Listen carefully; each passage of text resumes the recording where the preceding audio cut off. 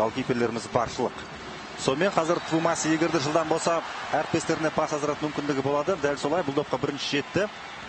Енді айбалаңына пас асыру, қақпаға бағытталған соққы және гол! Патрик Твумаси күтпеген жерден әріптестеріне пас асырам деп тұрған жерден өзі шешім қабылдап қақпаға тікелей өз соққы бағыттады және есеп ашылды. 28 минутта астана командасы алғашқы расымен де Тимур Серін айтқан болжамын орындалды. Бұл жолы яғни Астана өзінің мүмкіндігін, өзінің сәтін күтті және осындай тұтқиылдан қақпаға соққы бағыттап жіберді. Но хотел бы я увидеть повтор, потому что перехитрил всех Твумаси, в первую очередь Владимира Плотникова.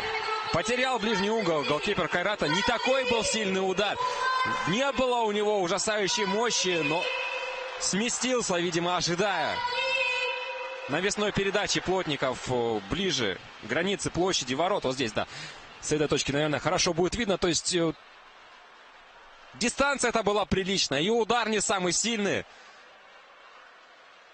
Но на противоходе поймал голкипера Кайрата Патрик Твумаси. И счет матча открыт. Говорил я, что этой игре нужен забитый мяч. Что должна она после него преобразиться.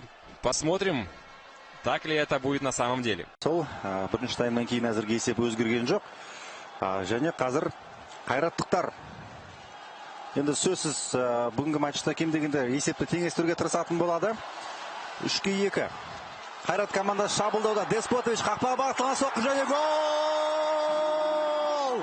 Ардақты ағайын, жаңа ғана Қайрат командасы есепті теңестіру керек деп айтқан болатынбыз және қазір 28 нөмірдегі Қайрат командасының ойыншысы ұрымтал сәтті ұтымда пайдаланып кетті және өз жанкүйерлерінің көз алдында жанында тұрып есепті теңестіріп кетті. Өте керемет және осыдан кейін қазір есеп теңескеннен кейін қос команда бүгінгі матчта қайтадан бастайтын болады.